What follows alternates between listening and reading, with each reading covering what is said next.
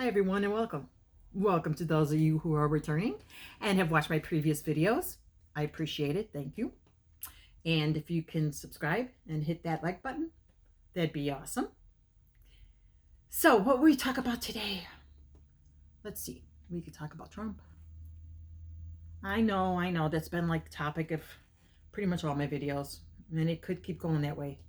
Hopefully not for the next 4 years. Anyways, when I started this channel, I told you I wanted to talk about current events, topics that mean something to people, maybe help people out. But it's hard to help somebody out and to, tell them about maybe some different programs that are out there or ways to improve their life when Trump's taking everything away. And I know I've talked about this before, about him taking stuff away. But the thing that he wants to do right now is he wants to get rid of the congestion pricing plan in New York City. And what that is that's a toll that drivers pay to get into Manhattan. It just so happens that Manhattan is where Trump has a residence, but I don't think that has anything to do with this. What that toll is it's funding the aging transportation infrastructure in New York City. Just like many other cities in the United States, our infrastructure's hurting bad. It's old. Some of it may be older than that president. Anyways, so my issue is not with the tolls. Really, I don't know if it's right or wrong, if it's fair to the people or not of New York City, to the tourists. It's what Trump said about it, okay? And I'm going to read this because it's a quote of his. And yes, MAGA, he did say this. It's not fake news or propaganda or whatever else you want to call it. It's sadly what he said. He said, congestion pricing is dead. Manhattan and all of New York is saved. Long live the king. Seriously? I don't think he was talking about Charles. That mango-maniac is insane. He actually thinks he's a king. Maybe the king of dirty diapers. We're a democratic nation.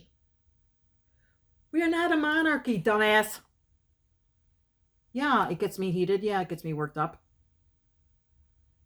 Because we're in the United States of America. There's no kings here. England left it to us a long time ago. Just like the Gulf of America. That's a good one. Nobody's going to call it the Gulf of America except for your cronies. I'm just saying, that crackpot thinks he's king. That's dangerous. Just so you know. It's really dangerous. For those of you who don't think it's dangerous, I guess you got a few things to learn. So, I guess that you could say that the Trump voters, you've been duped by royalty. Trump is like a salesman trying to make a commission, right? I mean, he fed you all this stuff during his campaign and even before that when he would get on stage. But he's telling you everything you want to hear. He's selling you a bill of goods, let's say. Okay?